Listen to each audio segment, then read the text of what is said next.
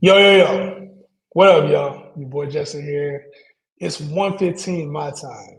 A little later than I wanted to be up here, but I got a couple days where I'm going to be busy. So I wanted to talk about a few things. Shout out to y'all, whoever got here early to the chat, man. Your boy here. Like I said, it's a little late for me. But couple things to know. Haven't had a chance to go through the games yet. Normally, by this time, I've already gone through the games. I have not had a chance to go through the games yet. So don't kill me. I haven't. Oh, and my light just went out. So we don't have to deal without the lights, man. But I do have some trade advice for y'all. I do have some advice for those who are struggling with their record right now. So you've been missing me. I've been on a lot earlier. This I wanted, you know what I'm saying? I haven't done an afternoon live for y'all in a long time. So it's like I said, this is 117. This is the time I normally am live. I just ain't live right, you know what I'm saying? I ain't been able to do it. So it's probably gonna be even tougher because your boy is headed out of Portugal, about to head to Spain. We actually got Portugal for the next 2 days. But shout out to everybody who got here early. I want to use this more as a Q&A, especially for like not start and sit stuff, but mostly like trade questions. Because this is probably, you know what I'm saying, the time where you're thinking like, do I need to trade? I'm 2-4, I'm 1-5. What do I do? So I want to talk values, especially what to do, like if you have a losing record, or if you feel like you scored a lot of points and you ain't winning, or you feel like the trade deadline's coming up here in a couple weeks. What do you do? So, Sonny G, what's popping, bro? What's good? Yes, sir. Yes, sir. Finnegan, what's good, man? Yes, I am. It's late, and like I said, I know a lot of y'all. I ain't seen a lot of y'all in a minute. Finally got my first win. You probably won't like it, but before Sunday's game started, I was able to trade Marvin for Ted. I ain't mad at that. I ain't mad. It's probably similar value at this point. I still rather have Marvin, but I ain't mad at you. You're the most handsome handsome grandpa. Damn, I'm grandpa, man. I ain't even up no more. I ain't even up, man. What I do with DJ Moore? I feel like DJ Moore, man, it's tough. He went to the hospital. It sounds like it was a precautionary thing with him. But I feel like with DJ Moore, you got to trade him at this point. If you can't trade him, like just bench him. I feel like he's going to be more of a headache than he's worth. To be honest with you, like I was kind of off DJ Moore this offseason, and I've been like I feel like Rome is clearly the one, but it's like DJ Moore might have some pop games. It's just when are you going to play him? That's half the battle with this shit during buys. The only thing is we got buys coming up, so you got to make sure you can make it through the buys. And I think DJ Moore is good enough to be a flex on some teams, but if you can't trade him, I ain't saying cut him, but it might be that time. The GOAT Q was popping, bro. Trade C for HN. I'd rather have CD in a vacuum, but if you need a running back, that's about the value there. It's first round value. So I drop Hunt for Tracy for Hunt. So when it comes to Tyrone Tracy, obviously we saw Cam Scatterbook on the end zone 3 times. It feels like it's his backfield to lose now. So I think Tracy, I thought Tracy, like PPR wise, he looks like the better back to me. But Cam Scatterbook, you scored 3 touchdowns, you get a little bit longer leash. So Kareem Hunt, the only thing is we saw Isaiah Pacheco lead the backfield. We saw Rashard Smith had 3 catches. Like I think Kareem Hunt's tough to trust too. So both of those are low level options that I wouldn't want to start. I think Tracy has more upside. Diego said the GOAT is live. Yes, I am live, man. Like I said, it's gonna be. I can't be on too long because I got a bus to catch tomorrow morning in about 7 hours. So can't be up too long. But I did want to get to some questions. God damn, the questions is coming in hot and fast, man. How y'all doing with your teams, man? What's good, Jay? In my 12-man half-point PPR, should I send Kamara and Evans to get James Cook? I feel like that's a little heavy price to pay, especially because we haven't seen Evans yet. We don't know how long the book is going to be out for. It looks like probably through the bye, I would assume. Like he's a week 9 buy. They have a week 9 buy, so I'd assume at least through the bye. But like that's 2 startable pieces. Even though I think Kamara's more RB2, we haven't really seen James Cook have that turn-up game since early in the season. The first 2 games. You know what I'm saying? Maybe he's a little bit more of what we thought he was when we drafted him, like back in RB1, high in RB2, maybe more RB2, which in turn, that's not worth that. Get that coffee ready, bro. I'm finishing up this wine, man.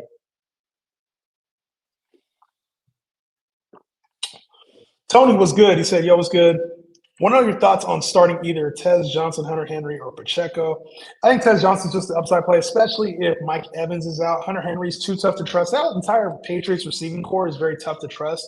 Kayshon Boutte with 2 touchdowns. We've seen Stephon Diggs have 100 yards in 2 games. Mario Douglas got in the end zone last week. So I think it's just tough to trust overall that Patriots receiving core. Drake May will use his legs. Like they'll use Ramondre sometimes in the red zone. Just really tough in general. And then Pacheco is kind of a floor play. Like we know they're going to give him somewhere between 10 to 15 carries. Probably not have has an outside chance of a score, maybe a catch or two. So I think you're looking just ultra safe. Pacheco's probably the way to go. If you're looking for more upside, I go Hunter Henry. Unless Mike doesn't play, then I go Tez. My bad, bro. Wish I could be in the early lives, but I know, bro. To me, it's late. I'm on like the afternoon for me. Man, appreciate y'all tapping in, man. I wasn't sure how many of you guys would show up for the afternoon stream, so appreciate y'all tapping in, man. Like, been a long journey for me. A quick update on a few things, and I want somebody to ask me a couple questions. There's a couple questions I wanted to have thrown my way, so that way I can have a couple clips. But ask me about like if you have a losing record and you have the most points, ask that question in a way where I could like answer. You truly have a question like, why do I have the most point? Like, why do I have a lot of points, but I'm 2-4 or 1-5? Like, just give me a realistic question about that. Number 2, if you have any players like Kendrick Bourne, Rico Dowdle, somebody like that you're looking to trade, give me a player that you would trade for. So like a higher end player, a Brian Thomas, a AJ Brown, players like that, right? So give me like, hey, I got these kind of lower end players that are playing well right now. What do you think about trading them? And if there's any other questions related to strategy, I would appreciate those. I will still answer as many as I can as far as like individual questions for your team. But if you got strategy questions, throw those in the chat too. Like real strategy stuff, more overarching strategy stuff than individual players, if that makes sense. 3-3, is it time to move CD? If so, what package would you look at? I don't think it's time to move. I think you're 3-3. Keep CD. Keep CD. Professor, appreciate you, bro. You said trade McMillan for AJ Brown and RB. I think this is the move. To be honest, like I think AJ Brown and McMillan won't be too far off. It is tough trusting this Philadelphia like offense, so it's ugly. I think AJ Brown will be much better in the second half. I don't know if it's this week, next week. You can't time some of this shit, but he will be better. RJ Harvey will have an opportunity at some point.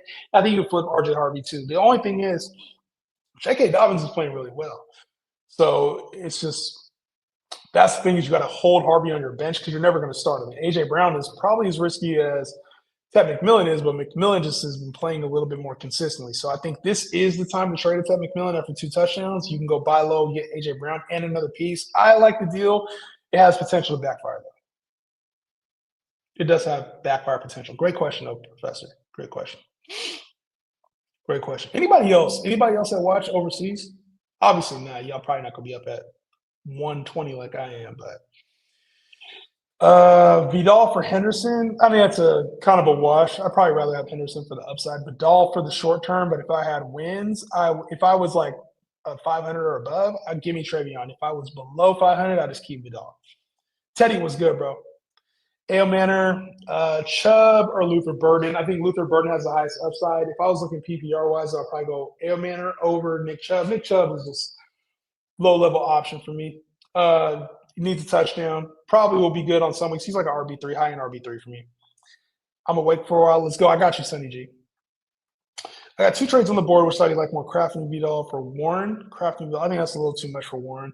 Judkins for Ladden. I like that second one, though. Judkins for Ladden, and you get Kenneth Walker or Rico Dowdle. I like that one if you're getting a Ladden Walker side. I think Kraft and Vidal is a little too much for Jaylen Warren. Jan, what's good? You say you're worldwide. Yeah, not yet. Right now I am countrywide. I'm probably not going to be worldwide, but maybe shit. We call it international, though. We can call it international, though, baby. But yeah, I am. Like I said, Portugal right now. I'll be in Spain in a few days, in 3 days. So, and that's just the start of it, baby. Tapping into the stream for the first time in a minute. Glad we're here, though. Hopefully everything been well. Sending love that way. Appreciate you, Daniel. Appreciate you, dog. Bowers, Garrett Wilson, and Judkins for Bijan and the 8-man. And the 8-man, send that shit. Send all that shit. Bowers out, Garrett Wilson's out. Send all that shit. In an 8-man league, go get Bijan. In an 8-man, you can pay up because you can find a tight end. You can find another Garrett Wilson-esque receiver, and he's going to be out for a while. I think you can't find Bijan. In an 8-man league, you only start 2 running backs, 3 receivers, maybe a flex. I don't know how many positions you start, but you can't find another Bijan. I can find another Judkins. I can find another Garrett Wilson. I think it's safe to say right now you could find another Brock Bowers. You can't find another Bijan. In 8-man leagues, anytime you have an opportunity to get, I think in most leagues, here we go. Clip number one. Y'all, you guys will know the clips when you see them. But when it comes to trades in any format, whether it's 8-man, 10-man, 12-man, when you have the opportunity to get a game changer, an outlier, somebody who can massively outproduce what others do, you can take a little bit of an overpay to go do that. Like, it's okay to overpay to get Bijan Robinson. Not everything needs to be a fair trade. It's okay to lose value-wise when you know you're getting the clear player, especially when you have a winning record. You're 3-3, you're 4-2, you're 5-1, you're 6-0. You can afford a little bit of an L value-wise to get the best player. When your starting lineup is capable of scoring 10, 5, 15 more points than the others, now that makes you a threat. So when you have Judkins, Garrett Wilson, and Bowers, for example, and you're wanting to trade that for Bijan Robinson in an 18 league, you make that trade every time because there's not a running back or a player in this deal that scores 20 plus points a week like Bijan does. You can find another Brock Bowers, another guy that's going to score 15 to 10 points. You can find another Garrett Wilson, a receiver that's going to score 15 to 20 points. You can find another Judkins that can score 14 to 16 points at best, an RB2-ish type player. It is very hard to find Bijan Robinson on waivers. You feel me? So I think anytime you can capitalize on getting an elite outlier, Bijan, talk about Christian McCaffrey, talking about receivers Puka Nacua right now. We're talking about these guys that can outproduce everybody else in the 20s for receivers, in the 20s for running backs, in the 15 plus for tight ends, quarterbacks over 20 points, shit, closer to like the Josh Allen, Lamar Jackson. You go make those trades. And it's okay to overpay. That is when I suggest overpaying, not for mediocre talent. If it's for Garrett Wilson, I'm not overpaying. If it's for Quinshon Judkins, I'm not overpaying. If it's for some of these lesser players, I'm not overpaying. Does that make sense? So that's where I'm at when it comes to elite players, especially those who we know are on like elite ascension throughout the year. It's okay to overpay for those players. Would you trade Ladd, Myers, Swift for Nico and Harrison? Ladd, Myers, Swift. Yeah. Get rid of the fodder. You get rid of Swift and Myers. I think Swift had a really good game, but to get Nico and Harrison, I think that's fine. Ladd and Nico, I'd rather have Nico. And then Harrison, Myers, Swift. I feel like Harrison, you kind of got to buy into Kyler coming back and Harrison being better. If it helps, I never start. And he's on your bench right now, too. If you don't need, the only thing is running backs are kind of valuable right now. There's not a whole lot of good running back play out there, so you might be able to like get a little bit more out of this deal because Swift, just coming off a strong game, probably has higher market value than you think. D, appreciate you. You said Judkins or Brees rest of the season looking to trade one for a receiver. I think it'd probably be easier to trade Quinshon Judkins right now than Brees Hall. Brees Hall, I think a lot of people are probably down on him. The trade stuff earlier, we haven't really seen. He's been, super hit and miss. I think Judkins is the younger, exciting player on a worse offense. Like Dylan Gabriel's leading this offense. And I mean, the Jets offense ain't nothing spectacular, but especially with Garrett Wilson out, I could see them getting Brees Hall a lot more involved.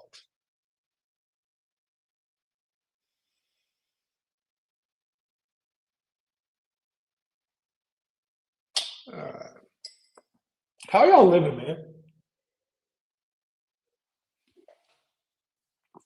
How y'all living, man?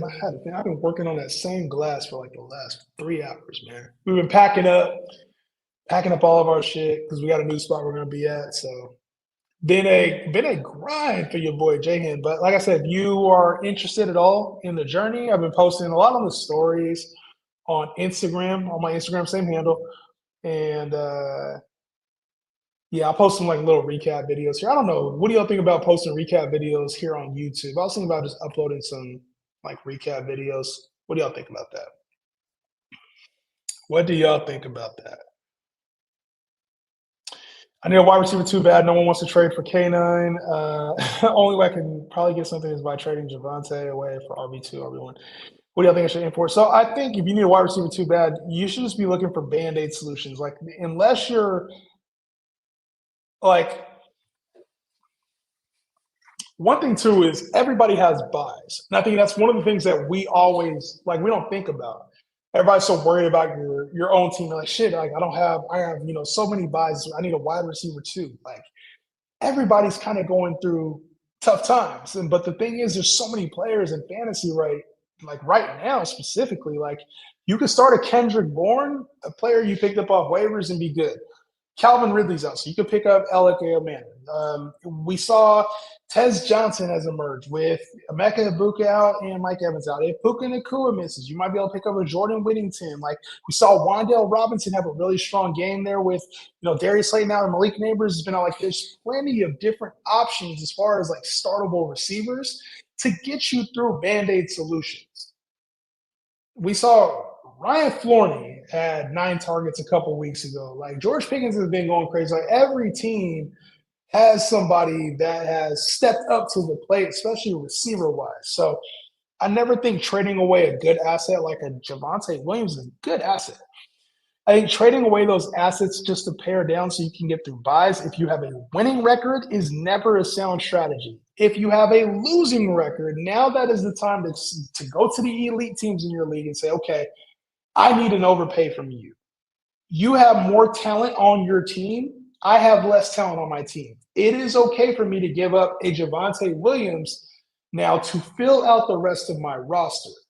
I will say this, in trade talks, you need to be very savvy though, because you can't go in there thinking this needs to be fair deal. Like even if you don't have leverage, the top players in your league, the teams with winning records, they want elite players. They're willing to pay because their bench is fat. They're like, oh, I can take the loss in the buy. You're thinking you can't take the loss in the buy. So you're panicking, your back's against the wall. You've got to reverse that mindset. So I get it, especially here, like no one wants to trade for these players, or like, I need this. Everybody needs something. I talked about this at the top of the year. Every single lineup has a hole. At this point, some of those elite teams may have figured out their holes. Just because you have a wide receiver 2 hole doesn't mean you can't fill 10 to 12 points there and let the rest of your team carry. I don't know what your team looks like right now, but it never is that bad where you got to panic on it. I get it, but you need to be savvy on waivers more so than you need to be like panicking and trying to trade all your elite players unless you're getting the right value. Don't trade for wide receiver 2, wide receiver like running back 2. Those names better be right. You feel me? And they better help you out now if you have a losing record. 1 and 5, you got half point PPR. Don't need 3 tight ends. Trying to catch the upside on Otten. You got Wan'Dale, Hawk, Hurts. Bunch of mid at tight end. Dak, JT, Kamara. 1 and 5. I think Mixon can go. Like if you need to get rid of Mixon, go ahead. I think the rest of your team looks solid. Lad, Ted, CD. You needed CD to come back. Running backs, you've been chasing running back all year, but you got JT. Kamara's probably. I think you need to start packaging some of the running backs up. So like JCM and Bam could probably get you a good running back. Dak, it's funny. I saw something that said like Dak has been a really good quarterback this year, but I saw something that said he's on like he's like the quarterback that's rostered on most 0-6 teams. I got to see why that is, but like that was kind of odd to see. But yeah, I kind of feel like you need to package up those running backs. There's somebody out there that needs a running back right now. I'd package up a couple of those running backs and get an upgraded running back, or maybe try to find a stronger tight end, like package one of those running backs with a tight end. What do we do up here? Because there's no need for you to roster 3 tight ends. None. They don't score enough points for you to do that. What do we do up here? So I'll hold him until you figure out what's going on. He's too valuable to like drop. If you want to trade him, go ahead, but he's too valuable to drop. Offered Vidal for Ellick. I think that's a wash. Thought about it, but turned it down. Now I'm thinking I should have accepted. He offered Vidal. After Vidal blew up, he's been wanting Ellick all year. I think that's a wash. If you want Kamani Vidal, you need a running back, go get one right now. That's at least valuable for the next, however long Hampton's out. They're talking about Hampton's going to be out longer than we think, too. Should I start Diggs, DJ Moore, or Kendrick Bourne? No PPR. Depends on what happens if Pearsall is coming back or Brock Purdy starting. DJ Moore, I think, is the odd man out here. It's either Diggs or Bourne for me. And I think if it's Mac Jones and Pearsall and Jennings are out, you go Bourne. If it's Brock Purdy, Kittle's already back. So if it's and Jennings is back too. But if it's Pearsall, if he's back and Brock Purdy's back and Kittle's back, go Diggs. That's an easy one for me. I think Diggs is probably the play that I would have. All right, my bad for the long question. Swift, BTJ Hall, AJ Brown, Olave. Whoa. What is this? Swift and BTJ, Hall, Olave, or what? I don't even. I'm gonna be real. I don't understand this question. Are you asking Swift and BTJ or Hall? Give me the Swift and BTJ side. You're asking the AJ Brown, Swift and BTJ, or AJ Hall and AJ Brown, or JR, bro. I love you, bro, but like I don't even know what the fuck you're asking right now. Can anybody? This is like a hard ass math question, bro. This is like some calculus three, bro. Some differential equations. The fuck is this, bro? Swift. I'm trying to dissect this and I can't, bro. Camaro Warren, Devo Sutton, in bro, the slashes and the minuses, bro. It is 1 fucking 30 where I'm at, bro. You realize that? And I'm trying to dissect this and I can't. Can anybody figure this out, bro? Because I can't. The hell? I gotta move on, bro. I legit, I'm like, yo, this at this time, this looks like a whole bunch of like, I can't even decipher this. BTJ minus Hall, like, how am I can't process this right now, bro. I can't. 2 and 4, I don't know who to start. Xavier Worthy or Keenan Allen, also Jordan Mason or Woody Marks or Rico Dowdle. So I think until Rico Dowdle proves to us he shouldn't be starting, I'm starting Rico Dowdle. Jordan Mason would be the other option here. I think I'd leave Woody Marks on the bench. But Rico Dowdle, until he proves this, even though he had plus matchups in the last 2 matchups, I would probably start him over Jordan Mason and over Woody Marks. Wouldn't surprise me if Jordan Mason outscored him, but that's the other play there. I would still go Rico. Until we figure out a little bit more clarity on Chuba Hubbard's workload, and then Xavier Worthy or Keenan Allen, I'd probably go Xavier Worthy, even with Rashee Rice coming back. You're the go. I got you. Oof, you're the go. You're the go, bro. You're the go. You're the go. You're the go, bro. All right, I'm gonna try to rapid fire through a little bit more, unless I see anything that comes through, like I asked earlier. For notes, it looks like either Olave or Waddle is going to the Giants, with Waddle being the favorite. I don't like that. I would hate that for Waddle, actually. I would hate that. Start Waller or Auden this week. Like I said, I don't know matchup wise. I probably go Auden for the floor. Waller just seems kind of touchdown dependent right now. I would probably go Auden just for the safety, but I haven't done enough homework to justify that matchup wise. I don't know who everybody plays this week. Fields or Dart, same thing. If it's starter sit, like I told you at the top of the show, I don't know if I got you guys this week on starter sit until maybe later. It literally, I was at this place called like I said, if you guys look on my IG, it's there. But it was the most western point of Europe, literally like thousands of feet in the air. And we're just overlooking like clouds and the sea and the ocean, bro. It was so beautiful, man. I've been on cloud nine this entire trip, bro. So is it time to trade K9? What are you gonna get for him? That's the only thing is sometimes like you want to trade players, but what are you gonna get for him? He's an RB2. Back in RB2, back in RB2. I sent you a trade on Sleeper. Let's cook up something. I got you, bro. If it's legit, I'll accept it. If it's legit, I'll counter it if I don't like it. Let's see. Sonny G, since I got some TI, let's go over your trade right now. Let's go over your trade right now, Sonny G. And you can get my raw thoughts on it. Okay? You sent me a deal. Sonny G proposed you a deal. Garrett Wilson to Sonny G for Tony Pollard and Keon Coleman. So Keon Coleman is a cut to me. I want no parts of Keon Coleman. So that is a terrible deal, in my opinion. Basically, that's Tony Pollard for Garrett Wilson. And you know I've been talking to Tajay Spears. So why would I do this deal? Even though Garrett Wilson's out a couple weeks, what's my record? In this league, I'm 4-2. I got no business doing this deal with you, bro. No, you have to come strong. And my receivers, I got DK Metcalf, Xavier Worthy, Jerry Jeudy, Terry McLaurin coming back this week. Let's put him in the lineup. Yeah, Dalton Kincaid, bro. My team is lit. You got to come stronger than that, bro. You got to come stronger than that, dog. You got to come stronger than that. This team, Mahomes, Bijan, Saquon, DK Metcalf, Xavier Worthy, Terry McLaurin, Jerry Jeudy, Zach Ertz. Send me a tight end, bro. I got Dalton Kincaid, bro. You got to come stronger than that. My dog Sonny G said, yo, live trade talk right there, bro. That's how it works. Come harder than that, dog. Thoughts on K. Dotton as a flex play? I don't like him as a flex. I like him as a tight end, though. Brees Sutton, Jaden Reed to get Laporta, Barkley, Godwin. Brees, Barkley, Jaden Reed, Godwin, Sutton, Laporta. The only thing is I don't like that God. I like the Barkley Laporta side by a hair. Godwin and Jaden Reed the same shit to me right now. Both useless. You got Barkley for Brees, Sutton for Laporta. That's a trade off there. Give me the Barkley side. Trade Bucky or Genty for Javante. No. You're 6-0. Just keep it that way, bro. Keep it that way. Keep it that way. Keep Bucky and Genty. Keep Bucky and Genty. You're 6-0 with Bucky and Genty. Keep it that way, bro. That's hustling backwards. JK for Henderson and Shakir Shaheed. Nah, just keep JK. Keep JK, bro. Even if that worked out in Henderson's favor, just keep JK, bro. Who'd you start, Rice or Bill in the flex for PPR? Rashee Rice. Rashee Rice is going in, bro. Like, I've already done enough Rashee Rice takes where I'm not going to cut this up. But when it comes to Rashee Rice, start him this week. I am not there with top 5 Rashee Rice. Like, I think everybody else is like, top 5 Rashee Rice, and he's back, wide receiver 1. This is one of them hype machines again. He's a top 12-ish type receiver until proven otherwise, right? Like, I think he has that weekly upside top 5, but I'm not putting him like top 5 receiver. I don't know. Do y'all got him like, and then for Bill, like Bill is an RB2. So I think in PPR, you're starting a top 15 to 12-ish receiver over a top 12-ish to 15-ish. I don't even know if Bill's that right now. He's a touchdown dependent RB2.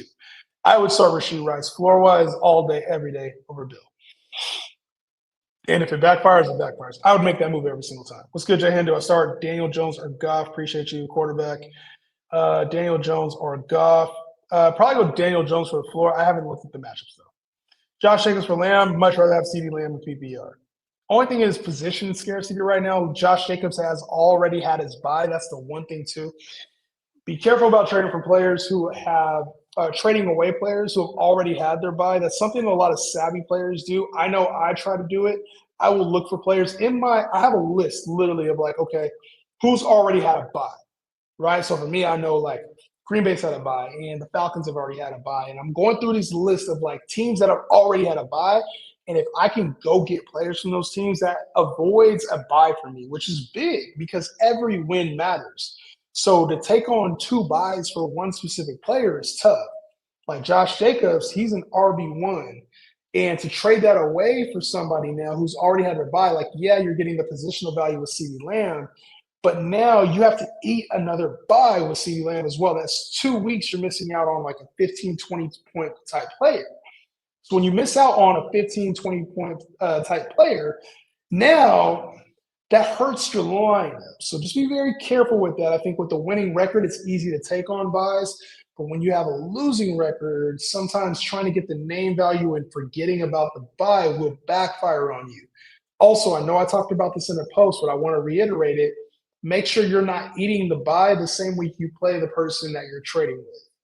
For example, the person that you're trading with, CeeDee Lamb, I don't know Dallas's buy. Say Dallas's buy is, let's find Dallas's buy real quick so I'm not just talking out my ass. Dallas has a bye in week 10. So say you're playing that person in week 10. Now you've just given them another, more points against you now. If that makes sense. You've given them Josh Jacobs, and instead of them not having CeeDee Lamb in their lineup, you've given them a 20-point player, and they've given you a 0. Just be very careful with deals like this, especially when the player has already had their bye week. Blaze, appreciate you, homie. Can you rate my team and let me know if I should make any moves? I'm 3-3, 12-team PPR team. So 3-3 is not panic, not like you have to make moves, but since a Baker, JT Genty, I think you're good on quarterback and running back. Lamb, DK, McBride, Rico, JCM, Jacoby, Diggs, Golden, Harvey. Thanks. With the way your running backs are right now, I think if I was going to make a move, I would be looking to acquire like one more elite receiver. Because you got Lamb, who's elite. You've been winning your 3-3 with him being out. You also have DK. But your third receiver is ass. So when Lamb has his bye, good thing DK already had his bye. But when Lamb has his bye, you're going to be starting Jacoby or Diggs or Golden. Like it's worked out for you so far. But to make you a stronger team, I think trading like JCM and Diggs or like Rico and Diggs or Rico and Jacoby or Rico and Harvey, like Rico and JCM, and trying to just elevate that third receiver would make your team like very tough to beat in the fantasy playoffs. So I know you have half the battle is getting there, but this is a good framework team, and you have some good commodities as far as like trade value wise. You don't have to trade JT, you don't have to trade Jensen, you don't have to trade CeeDee Lamb. You could move Rico right now and get good value. You can move JCM right now, name value wise, and get good value. You can move Stephon Diggs right now and get good value. Archie Harvey you might be able to flip him for something and let the other person wait because you already have 4 good running backs. So I would rate your team right now. This is a strong 8, like lower 9 to me. It's not elite. I think you're in a very good setup here, and this team could be dangerous. If you go get a Brian, well, I don't know if you get Brian Thomas anymore, but like a AJ Brown, you can go get like a Nico Collins, somebody that like the community is down on, and put that as your third receiver in PPR, and I think that makes you way stronger. All right, great team, Blaze. Appreciate the super.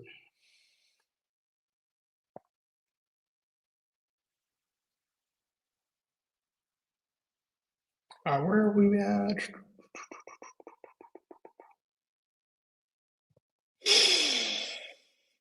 All right, guys, what time is it right now? I gotta get some sleep, man. I want to stay on longer. I see the questions coming in, man. I see them coming in, but I'm gonna continue. I'm just gonna try to get as many as I can. Should I start Tez Johnson or Sterling Shepard? I think Sterling Shepard is much safer than Tez Johnson, and it depends on if Mike is back. If Mike's back, for sure, I'm not starting Tez Johnson. Tez Johnson had 1 catch last week, touchdown catch, but yeah, for sure I would start, and I wouldn't feel confident starting any of them, to be honest with you. Just keeping it so G with you. All right, let me see what I can do here. Did anybody ask me the questions I asked? I was like, strategy questions. Anybody ask me that? I don't think anybody asked me strategy questions. Y'all don't be listening to me, huh? Y'all don't be listening to me. It's all good. See how y'all are. What is the update on Rice and CD? Do we start them or are they limited? The thing is, when players like this come back, Rice and CD, you put them in your lineup. There's no chance you bench CeeDee Lamb. You don't bench Rashee Rice. Like, you just don't bench players like that. So you start them, even if they're limited, start them, and you figure it out from there. So because we see a lot of times, even when they're limited, they perform well. So unless we get something that says Rashee Rice is only coming back to like 20% of the snaps, CD is coming back and they're going to manage his workload, you start those guys. CD and half the snaps is still going to see the ball a lot. And Rashee Rice should be a full go. There should be nothing, even with the PCL that he had over last season. I think he's fully healthy now. It was a suspension. He had even more time to recover. Rashee Rice is locked and loaded. Like, you start him. Even if he's a wide receiver too, you still start him. What's your thoughts on the Panthers backfield? I actually have a post on this, Sunny G, that I just dropped today. So make sure you check it out. I think this will be 50-50. And I think Rico you have both Rico and Chuba. You start Rico until he proves you otherwise. That's how I play it. Rico's the hot hand. I would do that. Start him until he proves you otherwise. 2 and 4, May, Waddle, McConkey, McBride, ETN, 10 team. How am I? 2 and 4. I did just pick up my second win, so we're moving up. And JT. You have a good team, but I can see like Loud was slow, and ETN's been kind of hit or miss. So I could see this team, like in Waddle, you didn't get all the value until Tyreek was there. So I can see how this team's 2 and 4. But like you said, second win, all you need is a little momentum, my man. 2 wide receivers in the flex. Starting sits, I'll do a different day. But for now, I probably would start Nico, Devontae. I don't know if McLaurin's is McLaurin playing this week. I haven't seen, like I said, bro, I haven't even seen the update. So I don't want to give you like bad start and sit. But I probably would go McLaurin here if he plays, depending on what his prognosis is. But I probably would start him. Olave if you're trying to feel a little safer. Jay and I'm 0-6 and struggling. Think of trading Jacobs, BTJ, CD, and Brees. I know I'm probably getting fleeced, but I need Spark. That's the thing. Jacobs already had his bye, though. So I think if you're 0-6 and struggling, right, and you're like, how the fuck do I make the playoffs? And I'm 0-6. Because I think that's a big thing, right? Some people are ready to give up. And you see the stats out there that less than 3% of teams make the playoffs when they're 0-6. I think the biggest thing you could do is worry about the next week. Unfortunately, you have to do that. You have to worry about how do you win the next week. And then the secondary thought to that is, how do I stack up 4 to 5 wins in the next 6 weeks, you're probably going to lose a game. It's hard to have a 6-game win streak in fantasy football. It just really is. So in order to make the playoffs, you're probably going to have to be one of those teams that gets in at 7-7. So I think for you, what I would be looking to do is acquire as many players as I can that have already had their bye. Trading away Josh Jacobs is not the answer for that. You're trading away a player who already had a bye. So I think in your case, getting fleeced or needing a spark, you can't see what CeeDee Lamb looks like. BTJ's finally catching stream. Josh Jacobs is healthy and he's already had his bye. I would kind of stay away from the CeeDee and Brees side. I think it sounds good name value wise. But if you're 0-6, I would be trying to acquire any kind of talent that's already had the bye. So you talk about players on the Bears, Packers, we talk Falcons. There's a lot of teams that have already had their bye. Find those kind of players to trade for if you're 0-6, not players who still need to have their bye. Luther Burden to flex play with DJ Moore out. It looks like it. I'm not guaranteeing it. I kind of think I would wait another week for Luther Burden.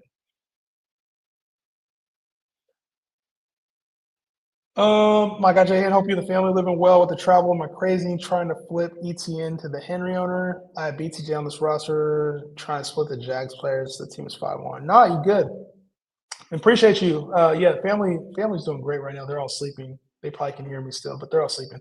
But yes, I'm not mad at you for trying to do that. I think I would probably keep your 5-1 team and not really worry about the Jags players.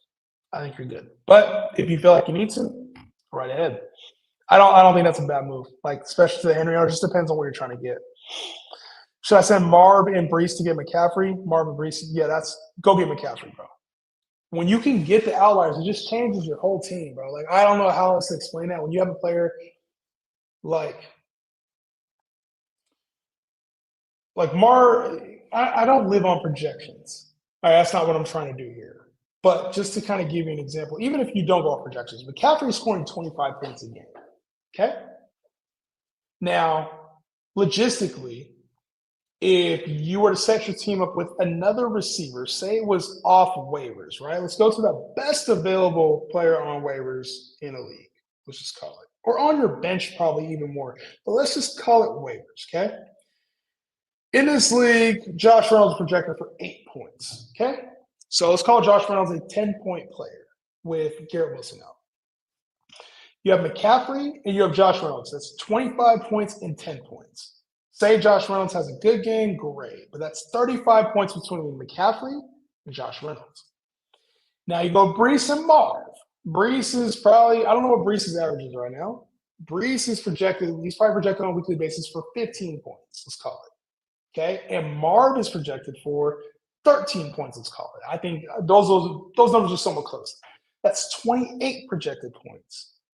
So you got McCaffrey projected for 20-plus points. He's averaging somewhere around 25 a game. You got now enter whatever player you want in there, averaging 8 to 10 points. You're talking about such a significant value. So you're sending Marvin Brees, which sound name value-wise like they should be more, but you're getting the player that makes your team different. That's why I say the outliers matter so much. So you can get a McCaffrey, you can get a Bijan. Those are the kind of players you overpay for with names like Brees Hall, Marv. You can overpay for those guys, and it doesn't hurt you.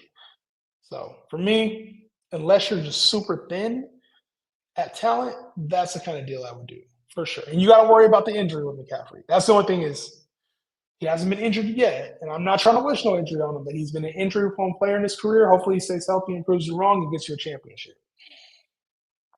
Smoothie says, should I trade either Ibuka or Quinn Johnson? Don't have a strong RB2. I think I would try to trade, honestly, Ibuka with him being out at least through the bye through week 9. He's a good player, but you can get way more for him than you can Quinn Johnson. If you can get a lot for Quinn Johnson, then do it. Differential question. Yeah, that question, I still don't understand that question, bro. Was it like 3? It's 1:56 right now for me. K, what's good, bro? Yeah, it's like 1:56 for me right now, almost 2 o'clock. Traded Swift and McBride to my girlfriend for Tay Adams and Dak. I have Ferguson as well. Did she please me? Swift and McBride for Tay Adams and Dak. I think actually it's not a bad deal all the way around. Like if you need a quarterback, Swift and Dak probably similar value. I'd rather have Dak, and then Tay Adams and McBride. I'd probably rather have Tay Adams slightly, but I think the positional value of McBride is also there. So pretty clean deal. Pretty clean deal. Jack, he's selling in all his leagues. That is definitely not true. How your fantasy teams? I think I have one league that's like trash. But other than that, let's see. If I just went on sleeper real quick, I got a 1-5 team. That's in the Henry Health League. So that's us versus Tyler. 2-4, 4-2, 3-3, 3-3, 4-2, 5-1. So I feel pretty good about where I'm at in a lot of leagues. The 1-5 team, what's wrong with this team? Justin Fields, Javonte, Justin Fields, Javonte, Bijan, AJ Brown, DK Metcalf, Xavier Worthy, Travis Kelce, Keenan Allen, Bryce Young. I got Kamara on the bench, Marvin Harrison on the bench. I don't feel bad about that team. It's just not scoring enough. Bijan had his bye. Bijan and DK already had their buys. I'm gonna make a run in this league. But yeah, that team is the worst team I have, which is saying something. How'd you get Bijan Saquon? Trades, my brother. Trades. Just flip Mason Bourne for Rashee Rice. Great job. Great job, bro. And you're 0-6 and you did that? Great job. Given my situation we talked about before, am I in the right mindset to offer Kamara and JCM for Cook or Kamara and JC for him? No. Maybe for Cook. I wouldn't for Javonte, though.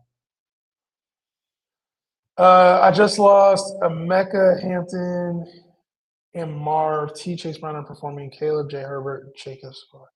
Double flex, 5-1 with panic. You're 5-1. There's no reason for you to panic at all. Even with players going, you got 3 weeks at least before you even need to start. You're going to be 5-4. You go 0-3 in the next 2 weeks, you're still 5-4.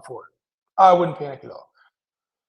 Caleb, J. Herb, Jacobs, Rashad, Pickens, Tyler Warren. You're good, bro. You are good, bro. Do not worry.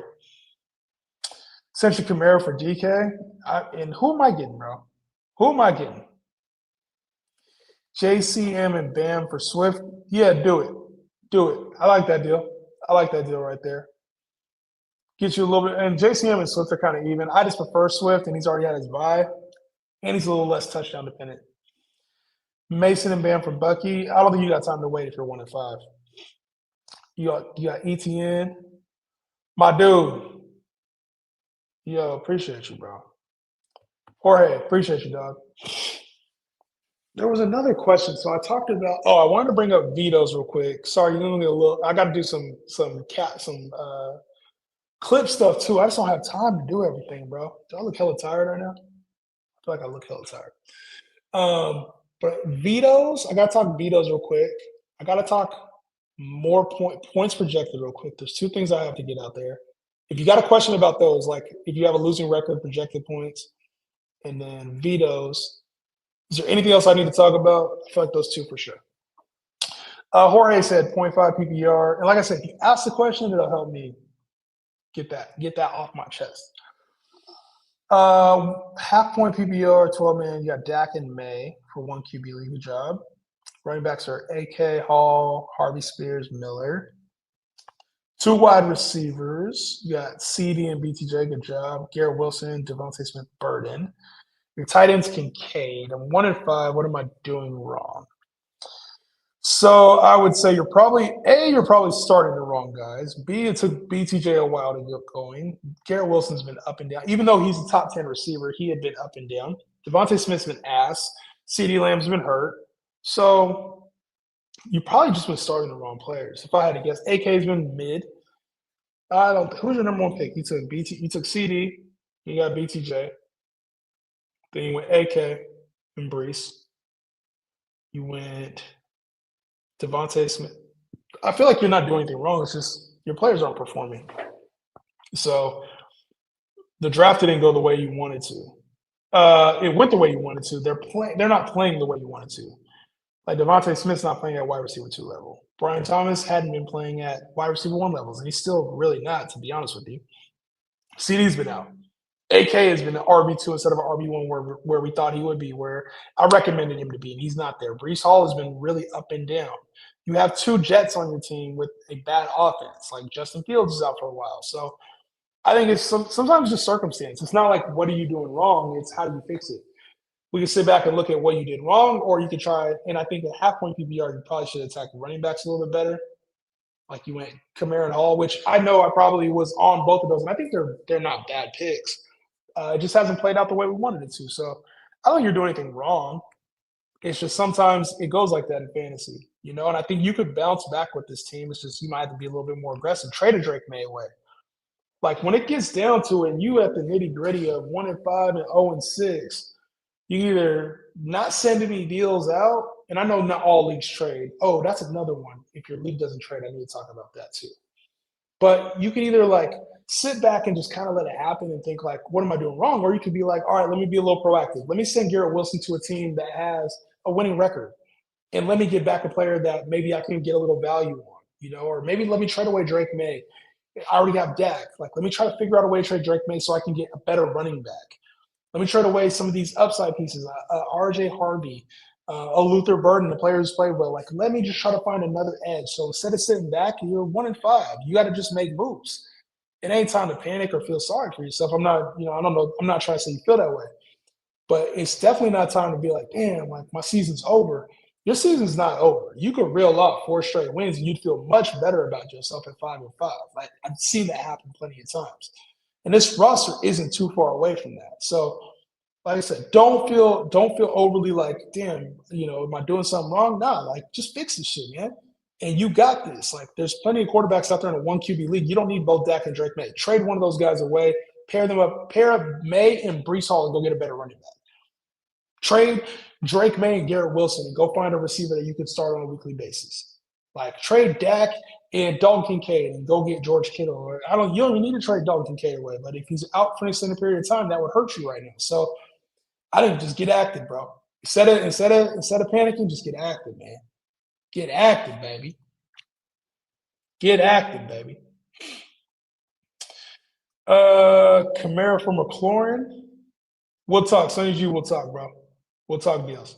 Happy Wednesday. Daniel, what's good, bro? What's good? All right. Jason was good. He said, Ma, what can I, man, I'm assuming you meant, man, what can I trade for Maureen? What can I trade Maureen Hampton for? I'm in last, my bad. I'm not trying to laugh. I have very slim chance of going to run for a playoff push. No one seems to value him now. That's hard. I think if I were you, I'd just be looking at like some of the better teams in the league. That is going to be tough because nobody knows when he's going to come back. I hope you can move Amarian Hampton. It's just if I was looking, you got to pair him up with something else a little sexier because nobody's going to want to take on a player that might not come back until week 13, 14, 15. Like after their bye, they're saying he might not be ready. Just be careful with that. I would Saquon, Derrick Henry, Hampton, and like Hampton's gonna have to be the second piece. He said, "Man, yeah, Hampton's gonna have to be the second piece, my dude." What's good, Jorge? I appreciate you, bro. Appreciate you, dog. Yeah, everything is good with the trip, fam. I'm all good, man. We just went to a game yesterday, soccer game. That shit was fucking lit, bro. We went to Portugal and Hungary, and we saw Ronaldo, and Ronaldo scored 2 goals in that game, bro. Like crazy shit, bro. Crazy shit's been happening. Warner Kamara rest of the season. I still rather have Kamara. But. All right, yo, real quick, I'm gonna vetoes. How do y'all feel about vetoes? I feel like vetoes to me are like this is the time when people will start vetoing, and vetoes fucking suck. I hate vetoes, and the only way you should be vetoing any kind of deal is if it's collusion, like straight up. Like if like people veto, the reason why I get so mad about vetoes and like especially right now is because vetoes are to keep teams from getting better. There's normally one guy in your league who like, oh, we can't let him get better. So all the deals when they trade, it looks like that's the player who's winning the deal. And a lot of times, if you just post a deal online, you'd be like, yo, like, what's this trade look like? Half the time, you can't even tell who's getting the better side. Like you ask, and 50% of people feel one way, 50% of the people will feel another way. For example, we're talking about Jalen Warren and Alvin Kamara rest of the season. Half the people are going to say, oh, go get Alvin Kamara. A lot of people are like, Alvin Kamara hasn't done shit. Let me get Jalen Warren. I think that's the hardest part about trades in fantasy football. Like, especially the vetoes or like the vote to veto. The vote to veto is crazy because you got 4 players in your league who hate another player or don't want to see them get better. That trade's not going through. And the shittiest part about vetoes is that once a veto happens, nobody else in the league wants to trade. Nobody else in the league wants to trade at all. That's the worst part. And so I'm like, at the end of the day, I'm just like, unless you know somebody's shitty, in that point, they need to get out of your league. They should not be around you. It's probably a bad person, like somebody that's a sore loser, and they got to cheat to win because they don't feel good about themselves. Like if you at that point with your friends or colleagues, get them the fuck out the league. But a veto, that's the worst thing you can do, man. You never know what somebody else is trying to do. They're trying to avoid bye weeks. They're trying to avoid bye weeks. They are, they're playing some strategy that you may not know. Like vetoes, bro. We're not doing that on this side. Vetoes are terrible unless it's clear collusion. Absolutely, bro. I'm on that same track right there. Voice, he said, I'm 4-2. Diggs, not producing. I think T. Higgins is that a good trade. I got Marv Addison. What? I mean, Diggs has been producing. He just finished back-to-back 200-yard weeks outside of last week. And, I mean, he had the push-off for the catch. It would have been a little bit better day. But, like, he's been playing better than T. Higgins.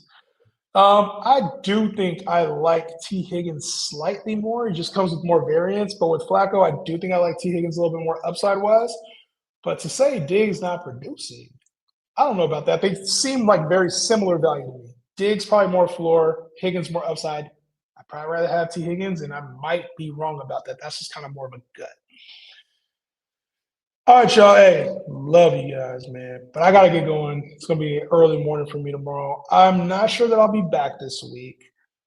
I will try to. If I have time, I'm going to be in a city called Algarve. If you know anything about Algarve, I'm going to be there. But I do appreciate y'all for tapping in with me on this afternoon live. I don't get to do very much. And I will see you guys on the next one very soon. If I don't talk to you guys before Sunday, good luck in your week 7 matchups. I'm going to try to get back on here. I have no promises at all just because my schedule's been crazy. But that's where I'm at. So I love y'all. Peace out.